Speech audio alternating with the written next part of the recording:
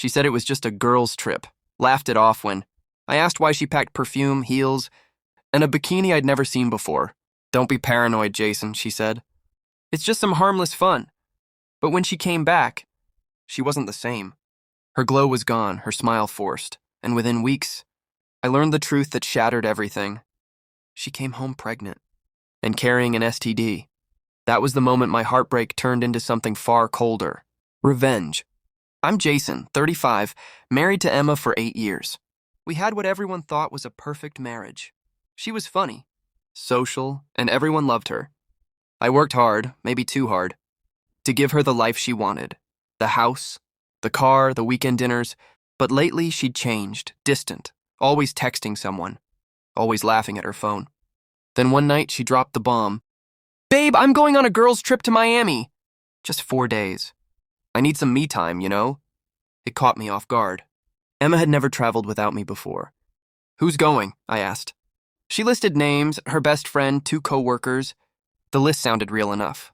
But something in her tone didn't sit right. So I smiled and said, "Of course, go have fun. You deserve it." But inside, I decided I wasn't going to be blindsided again.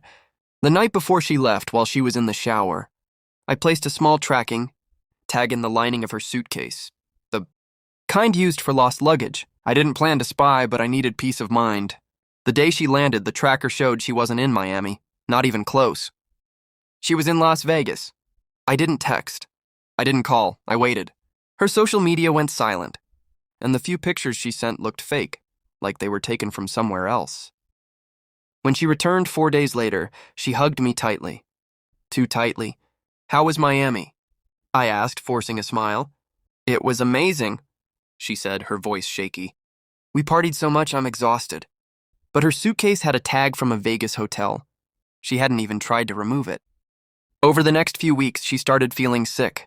Constant nausea, fatigue, mood swings. I thought maybe she caught a bug. But when she missed her period and started panicking, I knew. One night, she burst into tears and said, "Jason, I'm pregnant." My world stopped.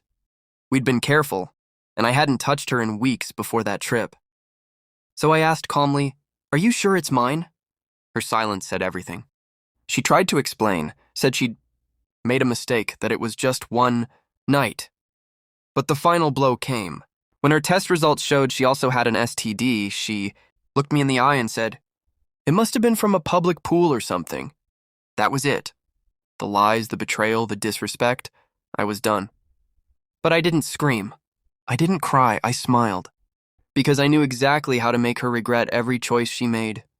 I quietly gathered all the evidence. The tracker data, the Vegas tag, her texts, even a photo she'd accidentally synced to our cloud storage of her at a poolside bar with a man's arm around her.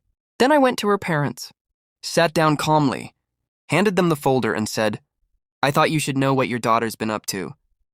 Her father, a proud man who always thought I wasn't good enough for Emma, was speechless. Her mother cried. When Emma came home that evening, her parents were waiting. Her father yelled, "You humiliated your husband and this family." She ran to me, begging me to talk to her. I simply handed her the divorce papers and said, "I hope he was worth it." The next week, I took the story to her workplace's HR, carefully worded, with proof of her trip and photos showing her with a senior client. They launched an internal review. She lost her job within a month. I sold our house, and it was in my name, and moved out. She had to move back in with her parents, jobless, pregnant, and with no one believing her stories anymore. Months later, she texted me, "I'm sorry, Jason, I wish I could undo it." I replied, "You already did. You undid us." That was the last time we ever spoke. 2 years later, I've rebuilt my life. New home, new peace, no secrets. Sometimes people say revenge doesn't heal, but in my case, it gave me closure. She wanted fun for a few days. I gave her a lifetime to remember what she lost. If you liked the video, please subscribe and turn on notifications.